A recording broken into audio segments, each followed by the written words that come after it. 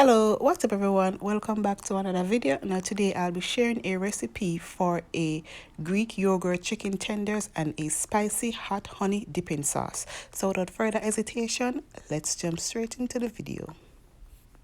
So here I have my chicken tenders already washed and clean. And for my seasoning, here I have some paprika, seasoning salt, onion powder, chicken seasoning, and some Cajun seasoning. And here I have some Greek yogurt, and I have some green seasoning. Now I'm just going to give this a good mix, and I'm going to go in with about 3 teaspoons of this, and I'm going to reserve the rest for my flour mixture. So I'm just going to add a generous amount to my chicken, add my yogurt and my green seasoning, and I'm going to give this a good massage and allow this to rest and marinate for about 2 to 3 hours. The longer it sits, the better it gets, but we don't want it to sit too long. The yogurt will act as an extra tenderization to the chicken, because the protein in the yogurt will help to break down the protein in the chicken. So I'm just going to set this aside and allow this to marinate. So hence we will have a juicy piece of chicken tenders. Now the rest of the seasoning, here I have some all-purpose flour in a Ziploc bag. I'm just going to add it to my Ziploc bag and give it a good mix. This is more convenient, but if you want, you could add this to a plate or a paper bag or whatever you want, to whatever works best for you. This is easier for me. This means easier cleanup, and yeah, I get a good coating on the chicken. Now I'm going to go ahead and coat my chicken in my flour mixture. So I'm just going to add it there, coat it generously, and then set it aside to sit for about 10 minutes before frying, and allow that flour mixture to kind of get nice and wet. I want it to soak up, so once it goes in the oil doesn't get messy and all the flour fall off in the oil and the batter stays to the chicken.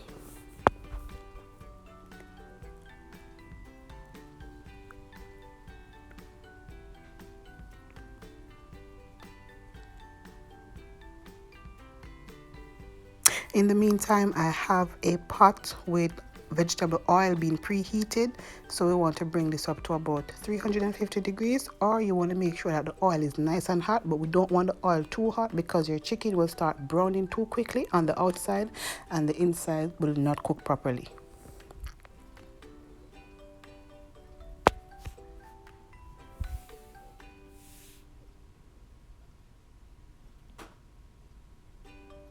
Now it's time to fry up my chicken tenders, and I'm going to let these go for about a total of 7 minutes. 3.5 minutes on one side and 3.5 on the other side, or you could just keep going until you achieve the desired doneness and the color on your chicken. But you want to make sure, at this point, you want to make sure that your chicken is fully cooked before you remove it from the oil.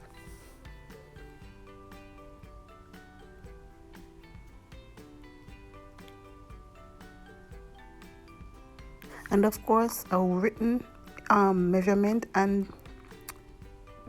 will be down in the description box, so you could go ahead and check that out.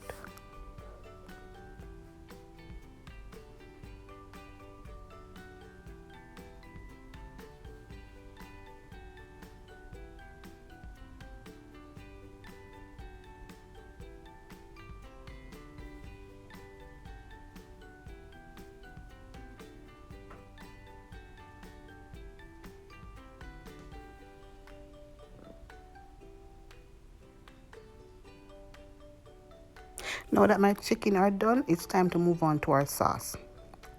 So in a pan, I'm just going to go in with some butter, and I'm going to allow this to melt a bit.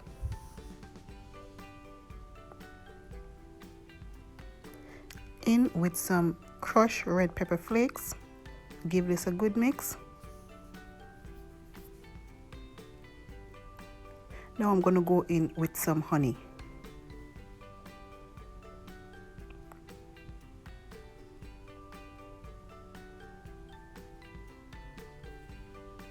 Because we're making a dipping sauce and a glaze, I'm going to go in with some vegetable stock. You could use chicken stock, or you could just use plain water. And I mixed a slurry with some of the vegetable stocks and some cornstarch to allow this to become nice and thick. And I'm going to let this simmer down until it becomes nice and thick and glossy.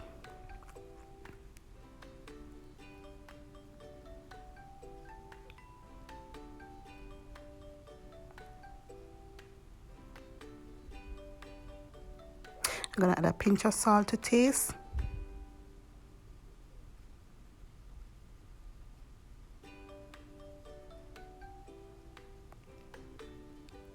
Now for an extra zip and more spiciness, I'm gonna go in with some hot sauce.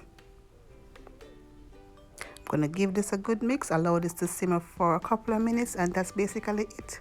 The dipping sauce is ready to go. You could pour this all over your chicken, or you could just have it on the side as a dipping sauce. This is so good.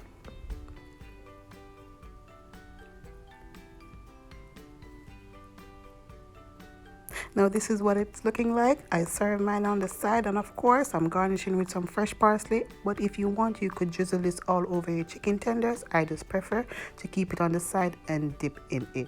Now guys, I thank you so much for watching. If you enjoyed this video, give it a big thumbs up, share it, and also leave me a comment down in the comment section telling me what you think about this recipe. And if you try this recipe, you could tag me on Instagram at Toya's Kitchen to let me see your creation. I thank you so much for watching. Until then, I'll see you in my next one. Have a good day and bye for now.